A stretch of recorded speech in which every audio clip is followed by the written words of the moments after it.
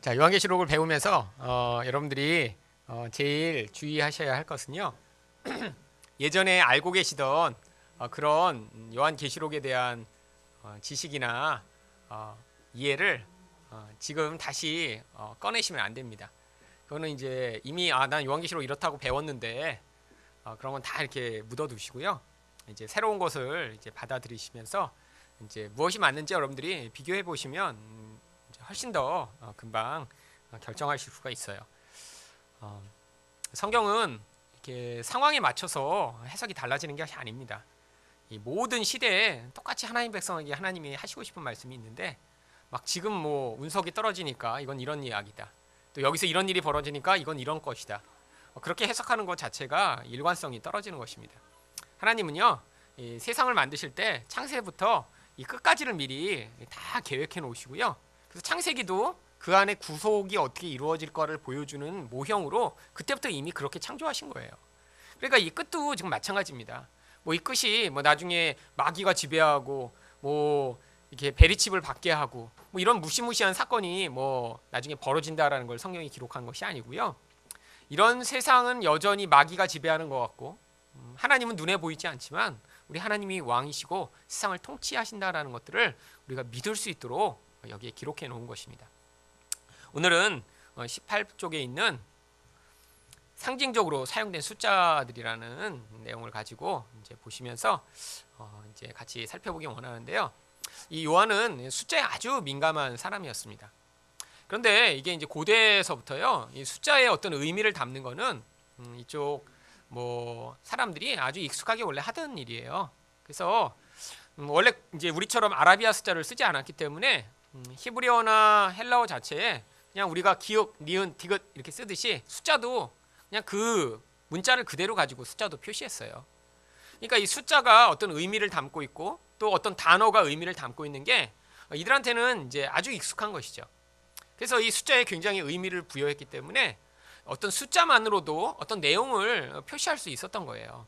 그래서 지난번에도 알려드렸지만 이 숫자는 상징입니다. 그러니까 하나의 어떤 숫자, 하나의 어떤 그림이 그 안에 다른 내용들을 물론 담고 있을 수 있죠. 근데 맥락과 상황에 따라서 어떤 의미구나라고 이제 파악하는 게 이제 그렇게 어렵지 않습니다.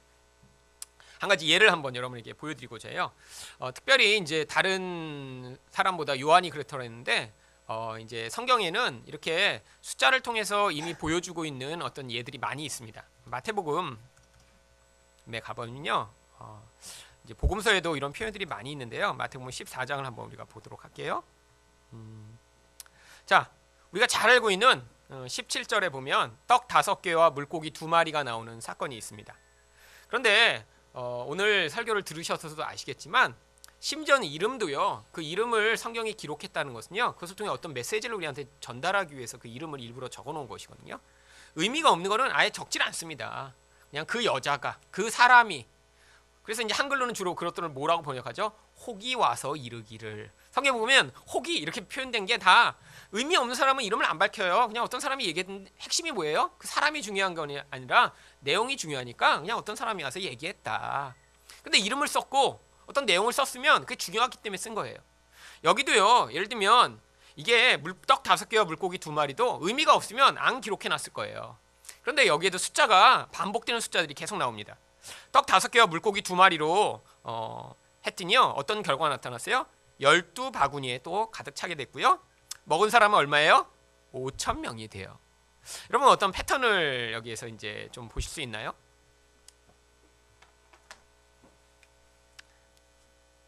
자, 5개라고 하는 패턴이 나옵니다. 그쵸? 떡 5개. 이 물고기는 그냥 이건 사이드 디쉬예요. 여러분 이 물고기가 뭐 예를 들면 고래고기를 잘라갖고 우리 뭐 이제 먹듯이 이렇게 떡이랑 뭐 거의 샌드위치 넣어서 먹는 게 아니라요. 여러분 이제 엔초비라고 혹시 아시는지 모르겠어요. 멸치보다 조금 큰 생선이거든요. 근데 그걸 왜 먹냐면 우리 이제 그 젓갈 먹듯이요. 이 떡도 그냥 떡이 아니라 보리떡입니다. 여러분 이제 뭐 지금은 건강을 위해서 보리밥 이렇게 드시지만 사실 보리는 이렇게 가난한 사람들이 먹는 음식이에요. 성경에서도 그렇습니다. 깔끔없고요. 먹으면 어떻게 되죠? 방구가 많이 나옵니다. 방구 나온다는 건 소화가 잘 안 된다는 거죠. 불편한 거예요. 그러니까 이 성경에도요, 이 보리떡은 가난한 자들의 음식이에요. 근데 이 떡이 그러니까 뭐 이렇게 우리가 먹는 이 하얀 맛있는 빵처럼 부드럽고 맛있는 게 아니라 굉장히 껄끄럽고요, 텁텁하고요, 맛이 없고요. 그냥 먹기 뭐하니까 이렇게 소금에 절인 이 작은 생선을 그냥 짠 맛으로 먹으면서 그 떡을 넘기기 위해서 먹는 그런 떡이에요, 물고기예요. 그러니까 이제 작은 생선을요 그렇게 간 아주 짜게 만들어서 이 보리떡을 삼키기 위한 이런 거기 때문에 이제 별 큰 의미를 두시면 안 돼요. 자, 그래서 여기선 5개만 중요한 거고요. 그 다음에 어떻게 돼요? 나중에 12무리가 차게 되고요. 그 다음에 5,000명이 또 먹게 되죠. 그런데 여러분, 이 물고기와 떡으로 사람들을 먹이신 게 이번 한 번만이었나요? 아니에요. 바로 다음 장에도 또 있습니다. 자, 15장을 한번 가볼게요. 15장에 보면 바로 붙여서 여기서 또 예수님이 이제 떡을 먹이시는데, 자, 여기도 또 사람들이 모여들어서 먹이라고 그래요. 그랬더니 너희에게 떡이 몇 개나 있냐 그랬더니 7개와 작은 생선 2마리가 있죠.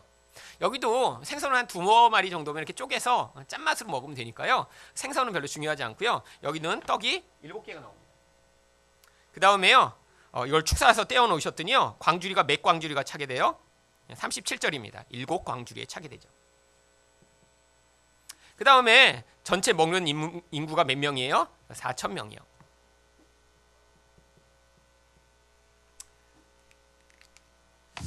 이 안에 어떤 내용을 담아놓기 원하시는 거예요. 물론 가장 중요한 내용은 무엇이죠? 예수님은 하늘의 떡을 우리에게 공급하시는 분이시다라는 걸 보여주고요. 실제로 이렇게 먹은 이 떡이 아니라 이제 예수님이 구약에서 얘기했던 그 만나시며 우리의 영적 생명을 주시는 분이심을 이 모형 안에 담아 놓으신 다음에 나중에 어떻게 하시죠? 제자들한테는 내 살을 먹어야 너희가 산다라고 얘기하시죠. 그런데 그 맥락과 함께 이 숫자 안에 어떤 내용들을 담아 놓는 것입니다. 이제 상징이라고 하는 건요, 그 안에 이제 여러 가지 내용이 담길 수 있는데, 보세요. 이것도 어떤 패턴이 있죠? 여기는 5라는 숫자가 한번 다시 반복되고요. 여기는 7이라는 숫자가 반복됩니다. 그리고 10이라는 숫자도 어떤 특별한 의미를 가지고요. 4라는 숫자도 의미를 가지죠. 자, 특별히 12는 어디에서 많이 나온 숫자냐면 구약의 이제 이 구약의 내용을 사실 담은 거니까요. 이스라엘 백성들을 의미하는 숫자로 12가 사용되죠. 결국 그래서 구약이 12지파로 이루어진 것입니다. 근데 왜 하필이면 하나님이 12를 이렇게 하나님 백성, 특별히 신약에서는 12제자, 신약의 교회를 의미하는 것을 사용하셨냐면요. 10이라는 숫자가 3 곱하기 4이기 때문이에요. 3은 하나님의 숫자입니다. 삼위일체 하나님. 그리고 4는요, 동서남북을 의미하는 전체를 의미하는 숫자예요. 그러니까 구약에서 12지파는 12지파만 하나님이 사랑하시고 구원하신다가 아니라 그 안에 뭘 담아놓으신 거예요? 모든 하나님의 백성이라는 의미가 이 12라는 숫자 안에 포함된 것입니다. 여러분, 구약에서 5라는 숫자가 아주 중요하게 다뤄지는 때가 있어요. 바로 모세 오경. 여러분, 모세 오경이요, 사실은 뭘 보여줘요? 하나님의 백성들의 정체성을 보여주는 숫자죠. 그래서 여기 5도 이게 두 개를 같이 그냥 맞춘 거예요. 그래서 여기가 만약에 아마 10,000명이 먹었다 그러면 아마 마태가 써지 않았을 거예요. 왜? 그건 의미를 찾기가 뭐하니까. 근데 마침 또 이게 숫자가 5예요. 자, 그런데 그 뒤에 7이라는 숫자가 물론 이제 요한계시록에서는 이제 이것도 완전함을 의미하는 숫자지만 구약에서는 이 7이 또 다른 의미로 사용될 때가 있었습니다. 가나안 7 족속. 그래서 7 가나안 족속이 7이라는 숫자로 사용돼요. 그런데 이 7이라는 숫자가 다시 한번 반복된 다음에 4라는 숫자가 다시 나옵니다. 여기 뒤에 1000은요 항상 많다라는 의미예요. 그러니까 이제 큰 의미를 두시지 않으면 되고요. 여기 4는 뭐예요? 네 방위 전체를 의미하는 숫자입니다. 사실 이 두 가지 에피소드를 이렇게 두 가지 붙여놓고요. 똑같은 숫자들을 이렇게 반복해 놓은 이유는요. 이 위에는 예수님이 어떤 분이 되세요? 하나님의 백성들, 특별히 이스라엘을 향한 구약에 나왔던 그들이 기대하던 메시아셔서 그들에게 떡을 주시는 분이심을 이 숫자 안에 담아서 보여주시는 거예요. 근데 이 숫자는 또 뭐예요? 바로 갈릴리를 가셔서 그 다음에는 이렇게 많은 숫자를 먹이시는데 하나님이 이스라엘 백성뿐 아니라 이제는 가나안 7 족속과 같은 이방인들에게도 생명을 주시는 분이 되셔서 모든 백성들이 이렇게 배부르게 될 것을 이 안에 담아놓은 것이죠. 그래서 이 숫자 안에 예수님이 이스라엘과 열방에까지 구약이 예언하던 바로 그 메시아가 되셔서 우리를 하늘의 떡과 생명으로 먹이시는 분이시다를 암시적으로 담아놓은 것입니다. 이거는 이제 아는 사람만 보이는 거예요. 왜냐하면 이스라엘 사람들은 이런 숫자로 어떤 표현들을 하기를 굉장히 좋아했거든요. 자, 그런데 이제 여기는 가끔씩 이렇게 나오지만 오늘 본문에는 훨씬 더 자세하게 나옵니다. 그래서 여러분 이 요한은요, 요한도 이제 요한복음에서 예수님이 기적을 행하실 때 이제 그런 숫자 안에 또 어떤 것들을 많이 보여주고자 했어요. 여러분 가나의 혼인잔치에 예수님이 가셔서 그 이제 빈 물통에다가 물을 채우라고 하시죠. 그 물통이 몇 개였나요? 전체가 6개였습니다. 왜 6개였죠? 근데 그 물통이 뭐 하는 물통이었어요? 정결 예식을 거행하는 물통이었어요. 근데 그 물통 6개가 다 어떻게 돼 있었어요? 비어 있었습니다. 이것도 그 안에 의미가 있는 거예요. 구약에서 이 정결 예식을 해야 사람들은 그 율법으로 만든 그 예식을 따라 자기 몸을 씻어야 깨끗하게 된다고 했는데, 사실 비워버렸다는 건요, 사람들이 더 이상 그것이 깨끗하게 만들 수 없다라는 사실을 이제 알기 시작한 거고요. 더 이상 이걸로는 깨끗함을 받을 수 없다라는 것을 보여주는 거예요. 그런데다가 예수님이 어떻게 하세요? 여기다 물을 다시 채워놓으세요. 그런데 이제는 그 물이 아니라 이게 뭘로 변하죠? 피로 변합니다. 사실은 포도주는 늘 피를 상징해요. 그래서 무슨 얘기예요? 이 피가 있어야 뭐가 된다? 기쁨이 없는 곳에 기쁨이 채워진다. 근데 왜 6개일까요? 7번째 포도주 통이 아직 진짜로 안 만들어졌기 때문이죠. 7번째는 언제 만들어져요? 엑소도의 십자가에서 7번째까지 이제 채워진 다음에 완전한 기쁨을 회복하는 일이 벌어지는 것입니다. 바로 구약에서는 이렇게 율법만으로는 채움을 받을 수 없었는데, 온전히 씻을 수 없었는데, 예수 그리스도의 보혈이 이렇게 완벽하게 흘려주고 나니까 그제서야 하나님 백성의 기쁨이 회복되는 길, 기쁨은 언제 회복되죠? 생명과 맞닿을 때만 기쁨을 우리가 회복하는 거예요. 죄가 씻어져야 그래서 하나님께 갈 수 있고요, 거기서 우리가 생명을 얻으니까 거기서 기뻐지는 거예요. 근데 잔치는 그 모형을 보여주는 것입니다. 그런데 이것도 어떤 잔치를 모형하고 있죠? 하늘나라에서 우리가 예수님의 신부가 돼서 예수님과 함께하는 그날 이 모든 포도주 통이 채워지고 우리가 참된 기쁨을 누릴 것을 이 안에 이제 보여주고 있죠. 이 땅에서 그래서 여전히 6개인 거예요. 그런데 7개가 채워질 날이 오는 거죠. 여러분 숫자만 이렇게 해서 자세히 보셔도요, 성경이 훨씬 더 다른 의미로 다가옵니다. 요한계시록은요, 이렇게 이제 어쩌다 하나가 아니라요, 성경 전체가 숫자로 굉장한 의미들을 보여주고 있어요. 자, 요한계시록을 한번 보죠. 자, 그런데 이 요한계시록에 이제 가장 많이 사용되는 숫자가 이제 7이라고 하는 숫자입니다. 7은요, 완전함을 이야기하는 숫자예요. 그래서 이 7과 반대되는 불완전함을 이야기하는 숫자가 바로 6인 것입니다. 그래서 이 666 무슨 얘기예요? 불완전하다, 불완전하다, 불완전하다. 마귀 삼위일체가 아무리 애를 쓰고 하나님 노릇을 하려고 해도 여전히 그게 완전하지 못하는 거예요. 근데 이 7이라는 숫자는 그래서 아주 다양하게 사용됩니다. 그런데 이 7이 구약에서부터 여러 가지 의미로 사용돼요. 한번 먼저 찾아보죠. 창세기부터 이 7이라는 숫자가 나옵니다. 창세기 2장 2절.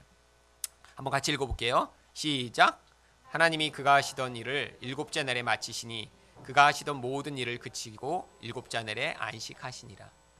여러분 6일까지 하나님이 창조의 과정들을 진행하십니다. 창조가 어떻게 이루어진다고 제가 말씀드렸죠? 창조는요, 바로 하나님이 이제 3일 동안 틀을 만드시죠. 그렇죠?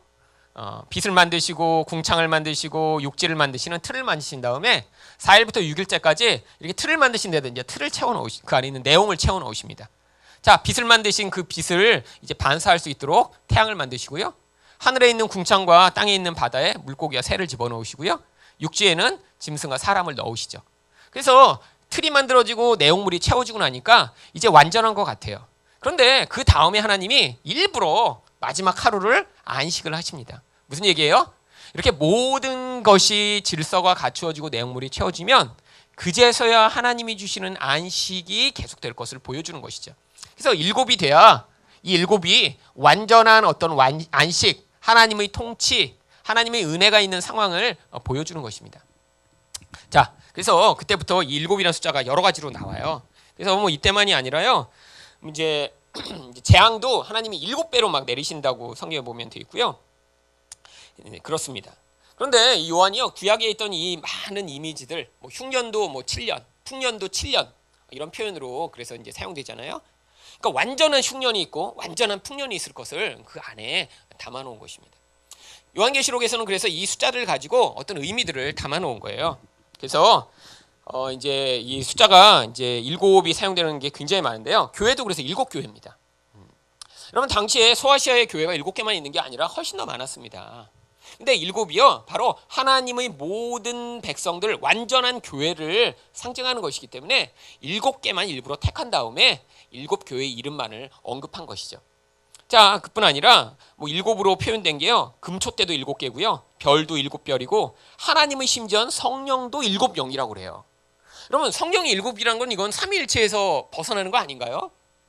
아닙니다. 여기서 7은요 7개라는 그 개수의 의미가 있는 게 아니라 완전하신 성령이라는 의미로서 7영이라고 표현하고 계신 거예요.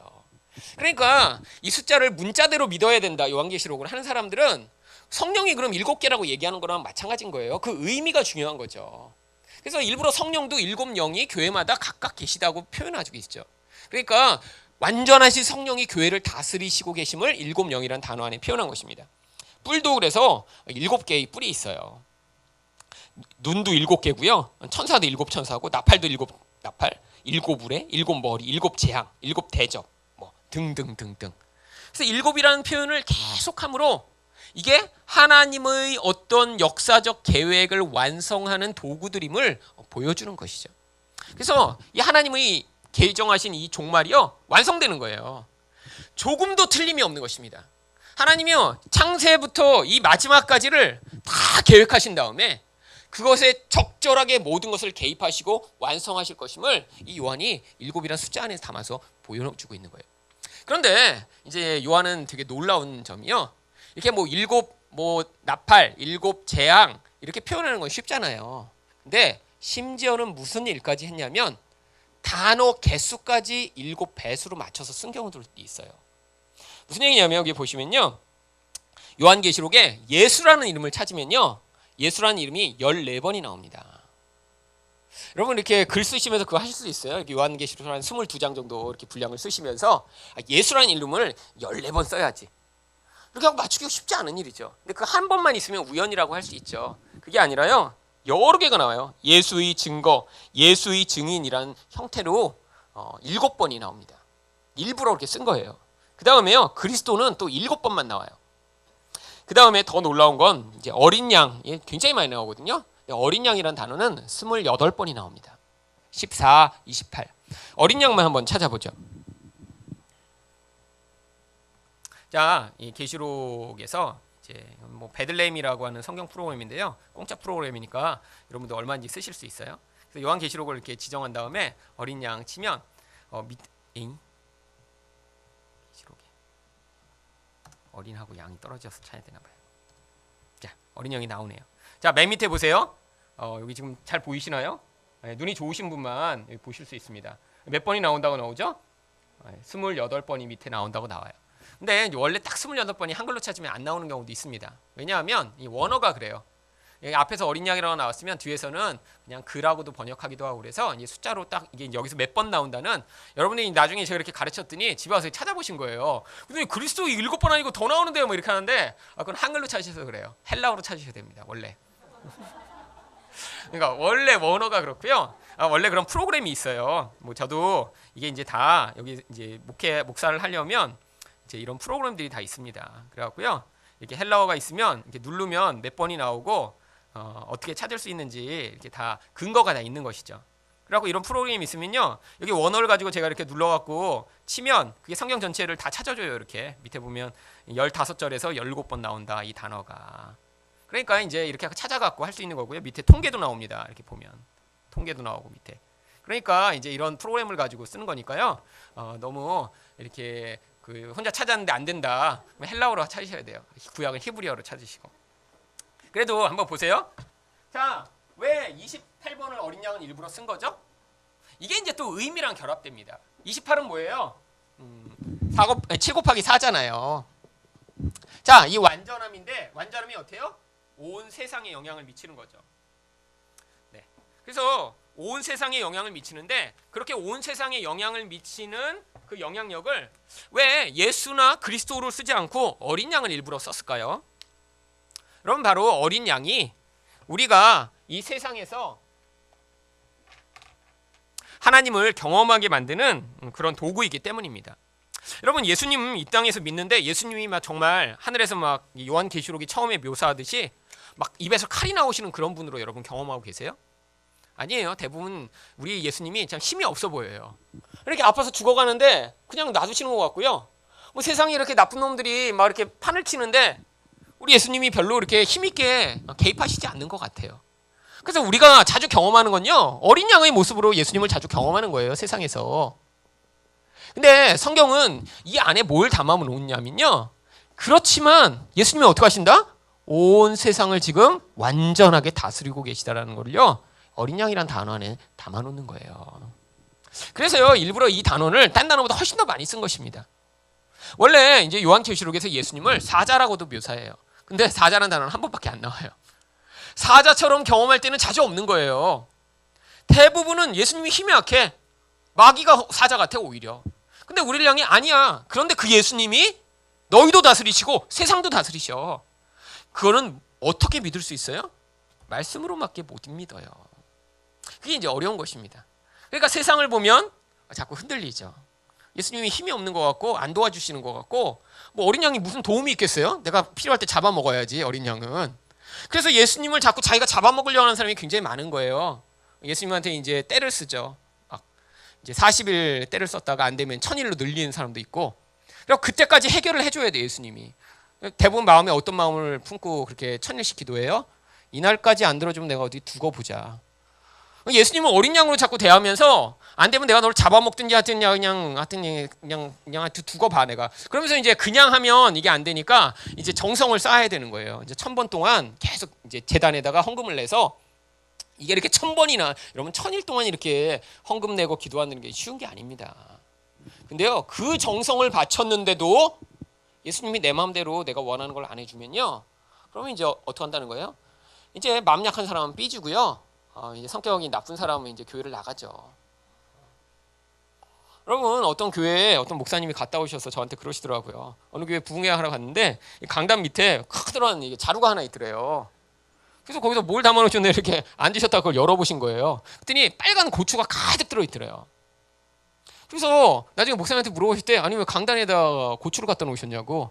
그랬더니 어떤 권사님이 며느리 아들 낳으라고 그 강단에다 고추를 꼭 갖다 놔서 이제 거기 꼭 이제 이 강단의 전기가 이제 흘러넘쳐 아들한테로 이제 꼭 가도록. 여러분, 근데 이게요, 미신처럼 생각되시죠? 미국에서도요, 제가 아는 이제 목사님이 셋째를 딸을 낳으셨어요. 그랬더니요, 그 어머니가 이제 기도 많이 하시는 어머니세요. 그런데 전화해갖고, 얼마나 그동안 기도를 안 했으면 셋째도 딸을 낳냐, 이놈의 새끼야. 그래갖고 이 집에 고민하는 거예요. 넷째도 낳아야 될 것 같다고. 그래서 제가 그랬어요. 넷째 반드시 딸 낳을 테니까 그거 확신하고 키우려면 넷째도 낳고 아니면 이제 그만두라고. 그러니까 그 어머니는 첫째 때부터 그렇게 구박한 거예요. 기도 많이 하고 준비하고 그렇게 해서 이제 아들을 주실 걸 확신하고 믿으라고. 그런데 딸을 낳고, 둘째도 딸 낳고, 셋째는 막 이제 기도만으로 안 될 것 같아요. 그 이제 사방에서 비법을 다 들은 거예요. 뭐 발가락을 이렇게 접어라, 뭐 보름달이 뜰 때 뭐 이렇게 하고 수없이 많은 민간 요법까지 다 했는데 또 딸을 낳은 거예요. 그랬더니 그냥 막 전화해갖고 막 그래갖고 막 난리가 났어요. 셋째 낳고. 여러분, 하나님마저도 내 마음대로 조종하려고 하는 거죠. 왜죠? 우리 눈에 자꾸 예수님이 어린 양처럼 보여서 그래요. 그래서 여러분, 하나님을 그렇게 강한 자로 기대하고 왔는데 내 마음대로 하나님이 강한 자가 돼서 내가 못하는 일을 대신 해주지 않으면 삐지고 화나고, 그러니까 어떻게 해요? 자기가 하나님 말고 힘을 더 키워야겠다 이런 생각을 자꾸 교회 와서 하는 거예요. 여러분, 이게 우리 현실입니다. 예수님이 근데 어린 양이신데요, 놀라운 사실은요, 성경이 사자라고도 얘기하는데 그 사자가 바로 예수 믿는 사람한테 사자로 다가오세요. 그래서 이 하나님의 통치가 사실은 우리들한테 지금 임하고 있는 거예요. 세상 사람들은 그래서 만만히 봅니다. 여러분, 심지어는 미국의 국회의원 가운데 그런 사람도 있었잖아요. 내가 지금부터 내가 이렇게 하나님과 예수를 욕할 테니까 당장 내가 열을 셀 때까지 나를 벌하지 않으면 이제 없는 걸로 내가 치겠다고. 그래서 국회에 나와서 그 얘기를 했어요. 자, 하고 막 욕한 다음에 자, 10시 동안 나를 벌하지 않으면 당신은 무능하고 없는 거라고. 여러분, 그렇게 막 까부는데 사실 제가 하나님이 아닌 게 많은 사람들이 감사해야 돼요. 저는 그런 인간 못 참습니다. 제가 하나님이었으면 당장에 개입해야죠. 없애야죠. 한번 꾹 눌러줘야죠. 그래서 계시네요. 안 그럴게요. 여러분 근데 지금 그렇게 안 하시는 이유가 뭔지 아세요? 가짜들이 교회에 너무 많아질까 봐요. 여러분 만약에 지금 예수 믿는 사람만 막 잘 돼요. 정말 여러분이 기대하는 대로요. 기도 한 번만 딱 하면 여러분 기도하면 하나님이 막 정성이 쌓여야 기도에 응답이 되나요? 여러분이 정말 1000일 동안 쉬지 않고 기도하셔야 하나님이 1000일을 기도했구나. 아니에요. 여러분 기도가 하나님의 뜻이랑 똑같으면요. 한 번 기도해도 바로 응답됩니다. 왜 응답이 안 돼요? 지금 하나님 뜻과 일치하지 않기 때문이죠.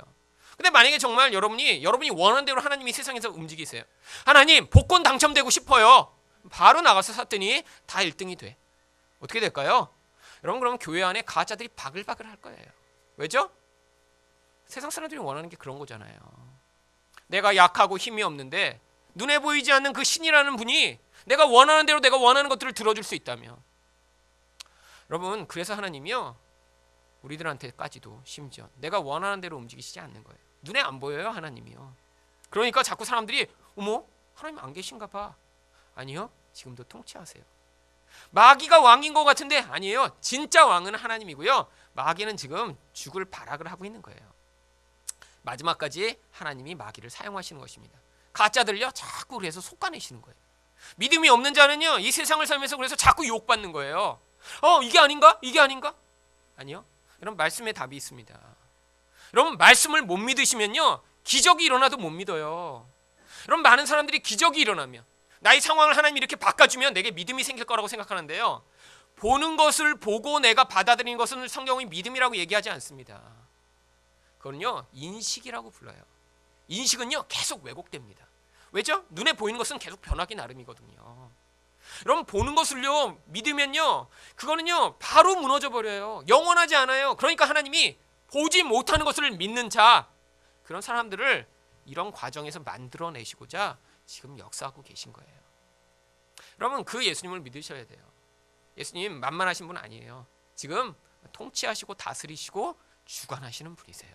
근데 상황이 내가 원하는 대로 안 나타난다고 우리 하나님도 무능한 분이 아니라 목적이 있기 때문에 하나님 백성들은 그 상황을 통해 하나님의 목적과 계획을 지금 이루어 나가고 계신 것입니다. 자, 그래서 이 7이라는 단어를 통해서 계속 얘기하는 거죠. 자, 성도라는 의미도 14번이나 사용됩니다. 이것도 이제 한글이 그대로 썼는지 모르겠네요. 한번 찾아볼까요? 헬라어로 늘 찾았던 거라 성도. 이건 13번 나왔네요. 한 번은 아마 성도라고 번역 안 하고 거룩한 자라고 그냥 번역했든지 그랬나 봐요. 하여튼 이것도 이제 헬라어로 찾으면 14번이 나옵니다.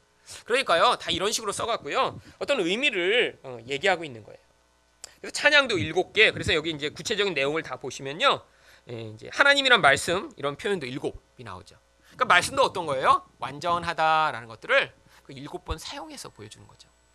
여러분 이건 참 놀라운 것입니다. 글을 이렇게 긴 글 404구절이나 되는 글을 쓰면서 거기에 정말 이 요한이 하나님 어린 양을 28번 써야지, 예수를 14번 써야지, 그리스도는 7번 써야지, 하나님 말씀을 7번 써야지 다 계획해서 그렇게 썼을까요? 아니에요. 자기는 영감을 받아 구약의 언어를 가지고 쓰기 시작했는데 하나님이 그걸 다 적절하게 그 안에 담아 놓으신 거고요. 또 물론 의도를 가지고 쓴 것도 분명히 있겠죠. 자, 그래서 이 7이라는 단어를 그렇게 아시면 되고요. 자, 7이라는 숫자뿐 아니라 이제 또 12이라는 숫자가 많이 사용됩니다. 12은 이제 전체 속에 이제 완전함을 표현하는 숫자예요. 아까 보여드렸지만 3 곱하기 4니까요. 그래서 이 12이라는 숫자는요, 이제 하나님의 백성들을 보여주는 숫자로 아주 많이 사용됩니다. 자, 이때 한번 우리 자세하게 한번 보죠. 자, 우리 그 요한계시록 7장에 보면 보세요. 여기도 이제 이렇게 보시면 이제 벌써 이렇게 하나를 배우시고 나면 이렇게 읽으실 때 훨씬 더 이제 쉬운 일이 생깁니다. 보세요. 1절도 보세요. 내가 네 천사가 땅 네 모퉁이에 선 것을 보니. 이걸 신비한 해석을 여기 집어넣으시지 않아도 돼요. 넷이라는 게 뭐라고요?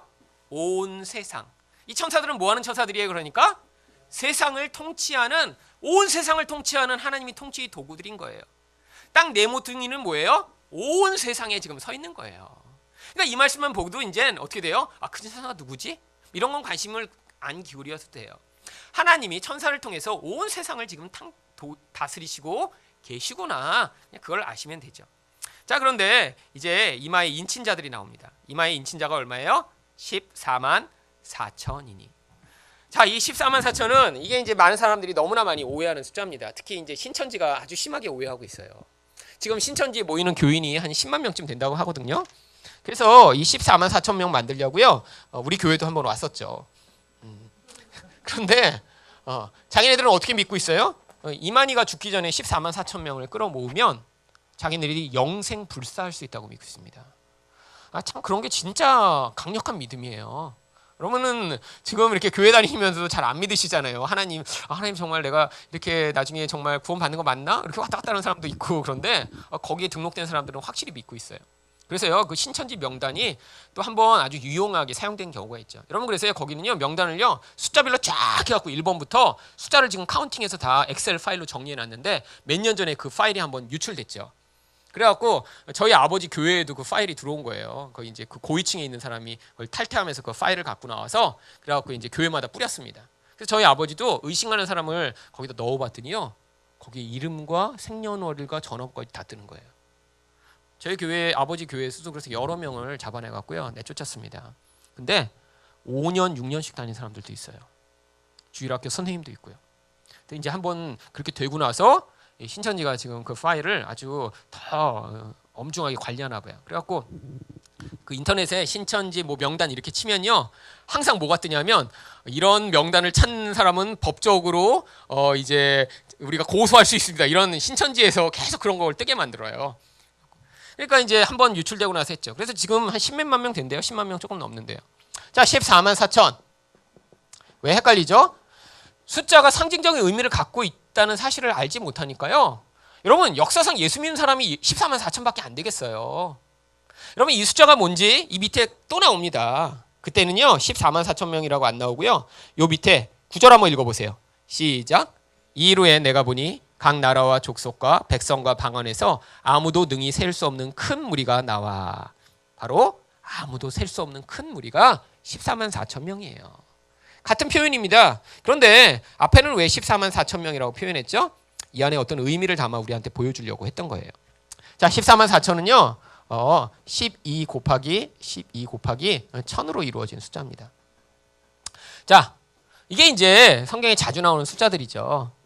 12가 뭐라고요? 구약의 모든 교회. 12 신약의 모든 교회. 12지파와 12사도가 그것을 표현하죠.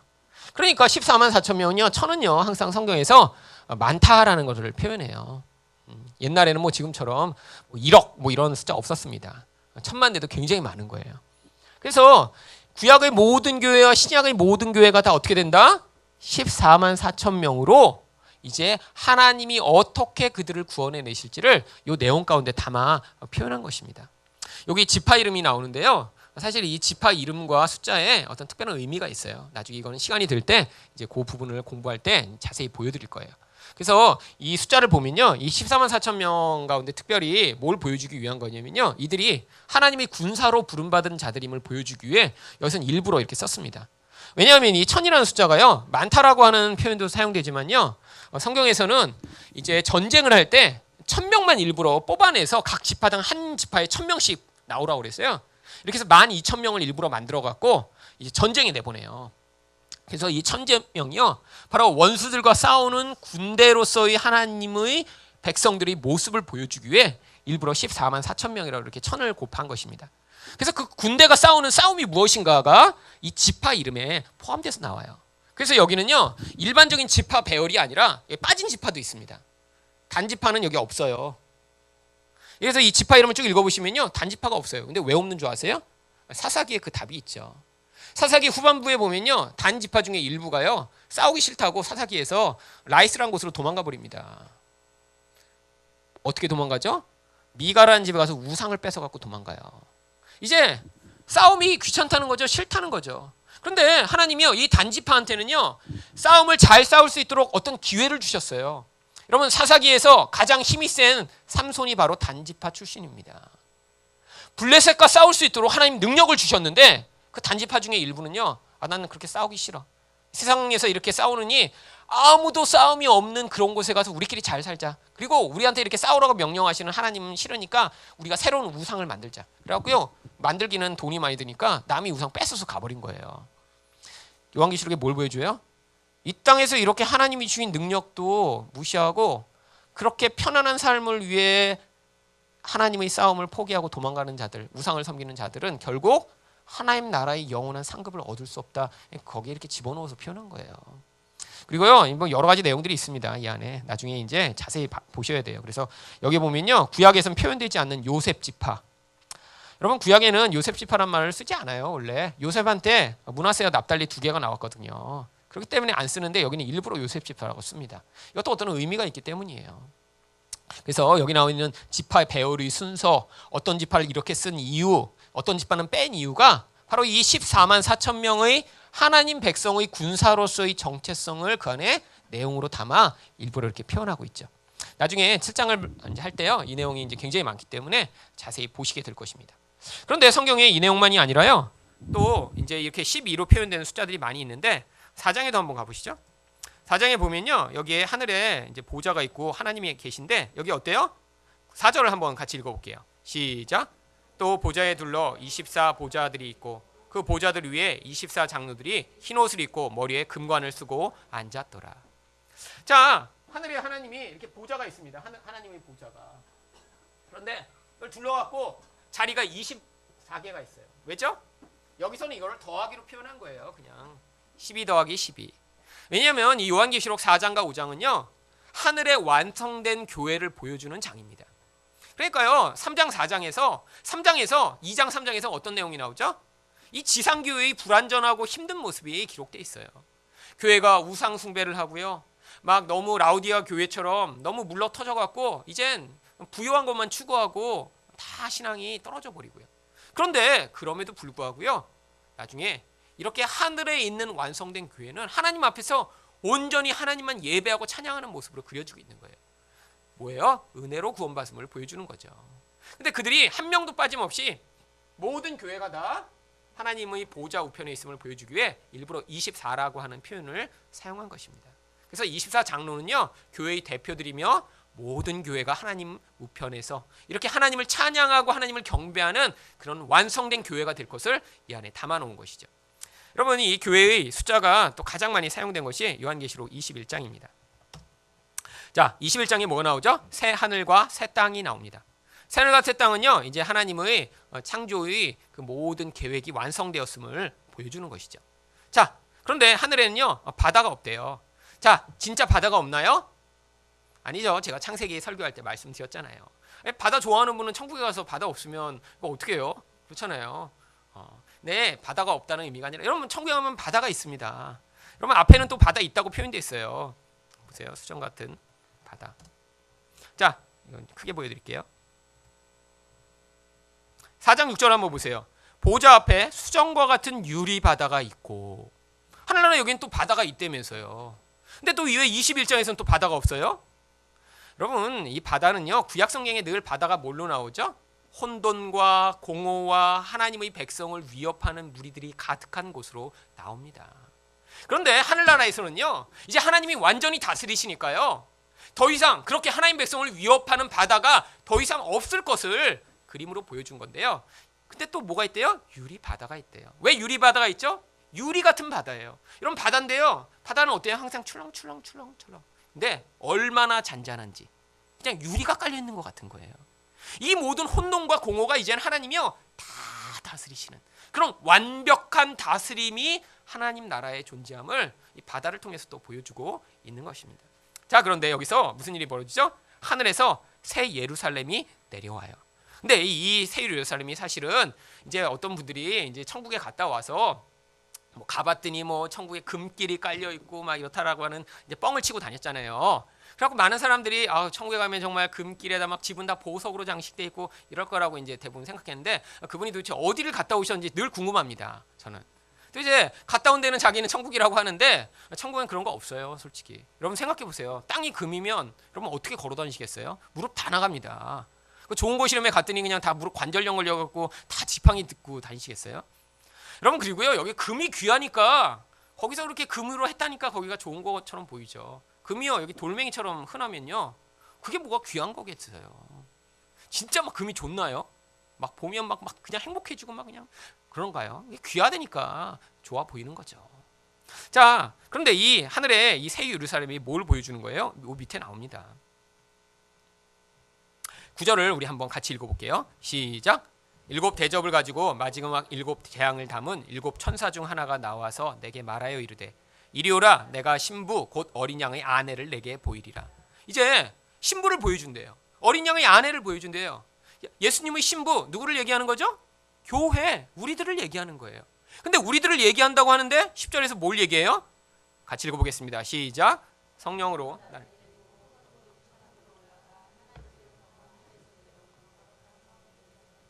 네, 예수님의 신부가 우리들이 누구라고요? 거룩한 성 예루살렘이라고요. 여러분 나중에 예루살렘에 가서 우리가 살게 되는 게 아니라 우리가 하나님이 거하시는 교회이며 예루살렘이며 신부이며 모든 좋은 곳인 거예요. 그래서 여러분 이 좋은 곳 갔다 왔다고 하는 분 어디 갔다 오셨는지 모르겠지만 거기는 아니에요. 왜냐하면 바로 이제부터 묘사되는 이 모든 묘사가 뭐에 대한 묘사예요? 완성된 하나님의 백성들의 모습을 묘사하는 거예요. 11절부터 보세요. 그래서 이 하나님의 백성들이 이렇게 아름다운 모습으로 변화될 것을 여기서는 귀한 보석 같고 벽옥 같고 수정같이 맑다라고 표현하는 것입니다. 여러분 보시면 나중에 그렇게 될 것 같으세요? 그래서 지금 하나님이 갈고 닦고 계신 거예요. 지금 그 상태로 데려가시면요 빛이 안 납니다. 그러니까요 여기서 그냥 여러분 지금 가시느라고 지금 인생의 고통을 통해 지금 갈고 계신 거예요. 이런 환란, 플립시스가 무슨 뜻이라고요? 탈곡기요. 알맹이만 남기고요 껍데기 홀딱 벗겨내서 가치 있는 존재로 만드는 과정이 환란이라는 단어인 거예요. 우리 인생이 그래서 반드시 환란을 통과해야 되는 거예요. 옛날처럼 뭐 예수 믿는다고 막 기름가마에 집어넣고 횃불로 불태우는 것만 환란이 아니라요. 지금 하나님이 우리 삶 전체를 사용하셔서 우리 껍데기를 지금 벗겨내고 계신 거예요. 여러분 보석이 어떻게 보석이 됩니까? 갈고 닦고 연마해야 보석이 돼요. 여러분 다이아몬드도요 그냥 보석이 안 돼요. 다이아몬드 돌멩이처럼 생겼는데 그 다이아몬드는 가장 경도가 강하니까 그 다이아몬드는요 다이아몬드로 간대요. 여러분 다이아몬드도 다 다이아몬드가 되는 게 아니라 20% 정도밖에 다이아몬드로 못 쓴답니다. 나머지는 공업용 다이아몬드. 그래서요 이런 공업용 다이아몬드 또 다이아몬드 갈고 남은 그 분진을 가지고요 다른 다이아몬드를 가는 거예요. 그래갖고 반짝거리게 만드는 것입니다. 여러분 그래서 이제부터 무슨 숫자가 나오죠? 12이라는 숫자가 계속 반복돼서 나옵니다. 12절 보세요. 문이 몇 개예요? 이 거룩한 예루살렘에 12문. 근데 이 문에 또 뭐가 써 있어요? 12천사가 있고 문에 이름을 썼는데 그 문에는 이스라엘 자손 12지파의 이름이 써 있는 거예요. 결국 12문을 통해서요 이게 뭐다? 구약의 모든 교회를 상징하는 것이다. 자, 그런데 그 문이요 동서남북에 공통적으로 3개씩 있습니다. 뭐예요? 모든 하나님의 백성들을 표현하기 위해 사방위를 표현한 거고요. 그 다음에 또 그 성에는요 기초석이 12개예요 12개는 또 뭘 보여주죠? 12사도의 이름이 있죠. 신약의 모든 교회 예수 그리스도의 제자로 부름받은 자뿐 아니라 그렇게 제자로 살아가는 모든 하나님의 백성들을 12이라는 숫자 안에 담아서 구약과 신약의 모든 하나님의 백성들이 다 어떻다? 이렇게 거룩한 성 예루살렘처럼 아름다운 모습으로 하나님이 나중에 어린 양의 신부 만드실 것이다 라는 걸 여기 안에 담아놓은 것이. 또 자를 가지고 측량합니다. 측량했더니 또 어때요? 16절 보세요. 성은 네모가 반듯하여 길이와 너비가 같아요. 갈대저로 측량했더니 어떻게 해요? 12,000 스타디온이에요. 여러분 이 12,000 스타디온을요 정말 이 길이로 재면요 이 미국 한 3분의 1 정도밖에 안 되는 크기입니다. 여러분 거기 모든 이 역사상의 모든 하나님 백성이 들어가서 다 살 수 있을까요? 안 되죠. 그러니까요 이건요 물리적인 거리를 얘기하는 게 아니라 이 12,000 스타디온 12 곱하기 1000이잖아요. 그래서 모든 하나님 백성들이 그 안에 담겨 있음. 그래서 또 성곽은 뭐예요? 성벽의 두께입니다. 성벽의 두께가 뭐예요? 144 규빗 12 곱하기 12를 얘기하는 거고요. 그래서 여기 계속 똑같은 얘기가 나오는 거예요. 그래서 성곽의 기초석이 이렇게 보석으로 나온 것입니다. 이 보석이 이렇게 여러 종류냐고요? 기왕이면 다이아몬드가 제일 비싼데 다이아몬드로 다 만드시지. 이렇게 그냥 여기는 별로 안 비싼 보석도 있더라고요. 보니까 여러분 이게요 우리가 어떤 사람은 다이아몬드처럼 사용되는 사람도 있고요. 어떤 사람은요 여기는 호박처럼 사용되는 사람도 있고요. 자수정처럼 사용되는 사람도 있고요. 인생마다 기질마다 경향마다 다 다른 빛과 모양과 다른 아름다움을 드러내는 그런 보석으로 만드실 것을 이 안에 이렇게 12가지 보석으로 담아 놓으신 거예요. 그래서요 나중에 하늘나라에 가면요 한 명도 똑같은 사람이 없습니다. 그런데 다 어떻게 돼요? 인생의 과정을 통해 보석처럼 다 연단돼서 다 빛을 내는 존재로 하나님과 함께 살게 되는 거예요. 여러분 우리가 나중에 천국에 가면 좋은 곳에 살게 되는 건 아닙니다. 여러분 이 세상도 얼마나 많이 좋아졌어요. 온도 누르면 올라갔다 내려갔다 다 하잖아요. 수도꼭지 열면 따뜻한 물 막 나오고. 옛날에는 아마 100년 전 분 같다 이런 집에서 이렇게 보여주면 여기가 천국이라고 여길 거예요. 그렇잖아요. 옛날에 아궁이에 불 때 갖고 목욕할래 그러면 1시간 기다려. 그래갖고 엄마가 그냥 그 커다란 가마솥에 그냥 가서 산에 가서 나무 해온 다음에 그거 불 떼어 갖고 그 다음에 그냥 그거 가다 그냥 덜덜덜덜 떨면서 그냥 찔끔찔끔 해갖고 거기서 목욕하고 1년에 한 번 한 거죠. 그래서 여러분 그렇게 살다가 지금 여기 오면 천국 아니겠어요? 서울에서 부산 가면 3달씩 걸어가야 됐는데 비행기로 1시간 만에 가는 이런 세상. 막 물속도 다니고 하늘도 날아다니고. 그렇죠? 여러분 근데 좋은 곳이 천국이 아니에요. 나중에 하나님과 함께 있는 곳이 천국입니다. 거기에 근데 하나님이 소망이 있잖아요. 여러분 우리 모습을 보면 정말 소망이 있으세요? 아 정말 하나님이 나를 택하신 건 참 잘하신 것 같아. 나를 안 택했으면 누굴 택하셨을까? 이런 생각 하세요? 저는 아니에요. 왜 하나님 나를 택하셨지? 그런데 하나님이 이렇게 만드시겠대요. 아직도 제가 원하는 수준과 기준에 늘 못 미달해요. 그런데 나의 이 못 미달하고 부족하고 연약한 자를 하나님이 결국에는 그렇게 만드셔서 하나님만 사랑하고 의존하는 자 되게 만드시고 그 천국으로 데려가신다니까요. 그러니까 소망이 있는 거예요. 근데 그 하나님이 누구시라고요? 온 세상을 다스리시고 통치하시는 전능하신 하나님이시라고 성경이 얘기하니까요.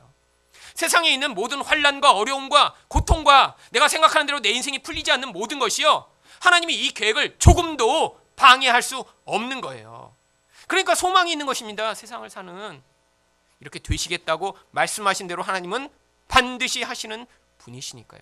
그러니까 하나님이 전능하시고 전지하신 분이시죠. 여러분 그래서요 그 하나님을 믿으면요 여러분 한두 번 실패하는 거 너무 걱정하지 마세요. 여러분 그 실패도 유익이 됩니다. 하나님이 때가 되면요 목적이 성취되면요 이 땅에서 하나님이 여러분에게 이전과는 더 편안하고 쉽고 돈 때문에 걱정 안 하고 남 때문에 부끄럽지 않은 삶을 살게도 해주실 수 있어요. 근데 그 전에 여러분 안에 하나님에 대한 온전한 믿음, 그분으로 말미암는 그 생명이 무엇보다 소중한 것.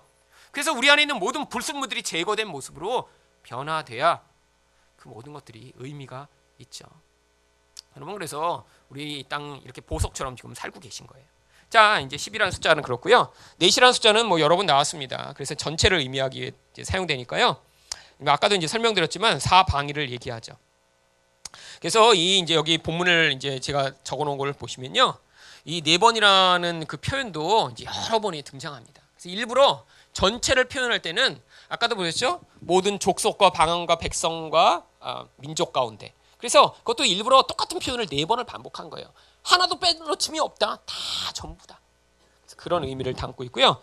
열이라는 표현도 이제 나옵니다. 9번이나 나오는데요. 이거는요 충만함 또 전체라는 의미로 사용되고 있죠.